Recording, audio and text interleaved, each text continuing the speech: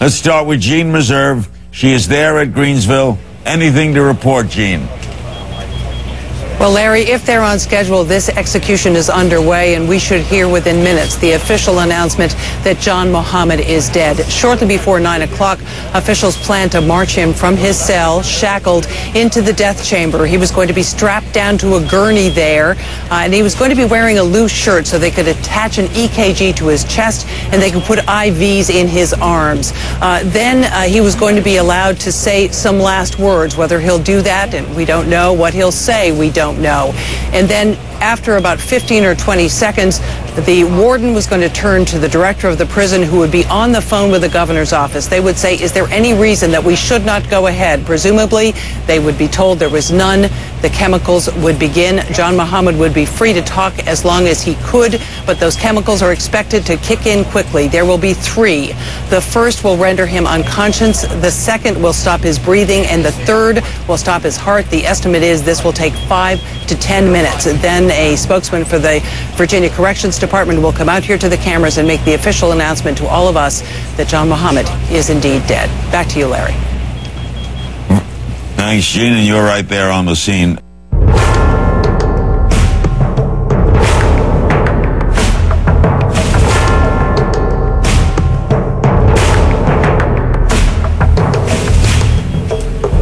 Since he's witnessed 13 of these, I'll ask Vernell Crittenden to tell me in a moment what exactly is going on now. But, Gene, usually at executions there are protesters. Are there any there tonight? There certainly are none here on the prison grounds. There was an area set aside for them down outside the prison gates at last check. There were not any, in significant numbers at least. But there are many people here. There's a huge horde of press gathered for this. You'll remember that this was just a riveting news story that drew press from all around the world. Many of them have returned to Virginia tonight to be here for this execution, for this closing chapter on this man's life. Vernell, will you tell us now what the process takes how long? Well, what we experienced in California, that it would go for about 12 to 15 minutes from the moment that the execution commander gives the instruction to begin introducing the lethal cocktail. And that was in a large part because the lethal cocktail is very thick and heavy in its concentration. And as it moves along the IV tube to be delivered to the individual, it does take amount of time. Did they go to sleep quickly? Actually, in our process, the dosage that we will give them of each of the 3 lethal doses, either one of them is lethal enough to cause death. And they do go to unconscious state probably within 60 seconds. Sometimes there have been accidents where it turned into a horror show. Well, I have been fortunate that in the 13 we've been involved in, that hasn't occurred. I think the closest we got to that was the execution of Stanley Williams, where it took us a number of minutes in order to establish the IV in one of his 2 arms. Did anyone propose putting the money up? Well, certainly when you're in a task force like that, you look at every possible option. So we did look at it, but certainly it didn't go very far. All right. We're going to interrupt, go to Jean Meserve at the prison. Jean? Yeah, and I want to turn it over quickly to the microphones. Larry Traylor of the Virginia Department of Corrections has just come out. Of John Allan Muhammad has been carried out under the laws of the Commonwealth of Virginia. Death was pronounced at 9:11 p.m. 9/11. There were no complications. Mr. Muhammad was asked if he wished to make a last statement. He did not acknowledge this or make any statement whatsoever. No statement. What was his demeanor? He came in under his own power, escorted by the officers. He seemed quiet and relaxed. He was quiet. I never heard him utter a word or say anything in particular at all. After he was placed on the gurney and strapped down, he was very emotionless. He watched a bit of the procedure that was being done on him. But after that was completed and the curtains were opened back up, he had his head tilted slightly to the right and his eyes were closed, and that's the way he remained. How many people witnessed it? I don't have a total number. Anything unusual? Things went very, very normally. Was there any reaction in his body or anything that would be noticeable to any of you? He seemed very unemotional. What's the reaction from family members there? I do not see the family members there by themselves in a totally separate room. How long did the procedure take?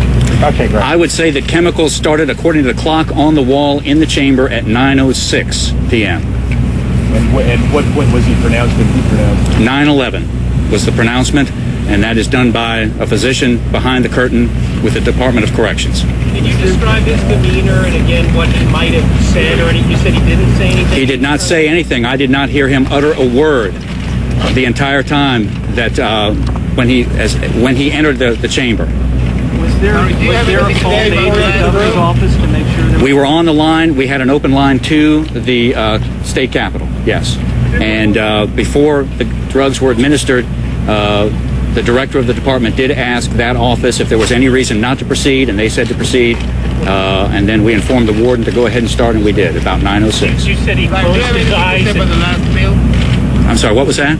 You said he closed his eyes. At what point did he do that? Once he was strapped down, he was watching and looking around a little bit. Then the curtains were closed so that the team could come in and administer the IVs. During that time, he was just simply kind of watching, curiously seeing what was going on. Once the IVs were administered and the curtain was opened back up, he was just lying down, his head was down, he had his head tilted slightly to the right and his eyes closed. I don't know specifically when he started doing that, but at that point we were prepared to start. We asked him for a last statement. He did not even look at us or acknowledge us. Did he ever smile during coming? I did not see his face the entire time, but I did not see any type of real emotion from him at all. Was there any spiritual guidance at all? No, he did not have a spiritual advisor. Did the drugs cause any reaction at all once they began to be administered? None that I could see. Larry, was he sedated before we entered the room? I can't discuss any medical information. Did he look at the family? We could get Peter Rink. Okay, thank you. The lawyers, the children, and the family of John Muhammad would like to make the following statements. Who is this? The lawyers and the family of John Muhammad would like to make the following statements. The execution of John Muhammad will raise a lot of different feelings for the families devastated by the tragic shootings of September and October 2002, and for the broader community affected by those crimes. We deeply sympathize with the families and loved ones who have to relive the pain and loss of those terrible days. Our sympathies also extend to the children of John Muhammad, who with humility and self-consciousness today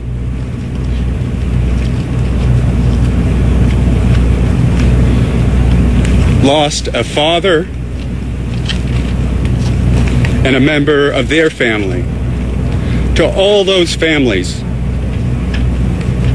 and the countless citizens across the country who bore witness and continue to do so to those tragic events, we renew our condolences and we offer our prayers for a better future.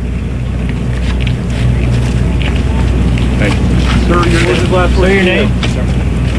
It's John Sheldon.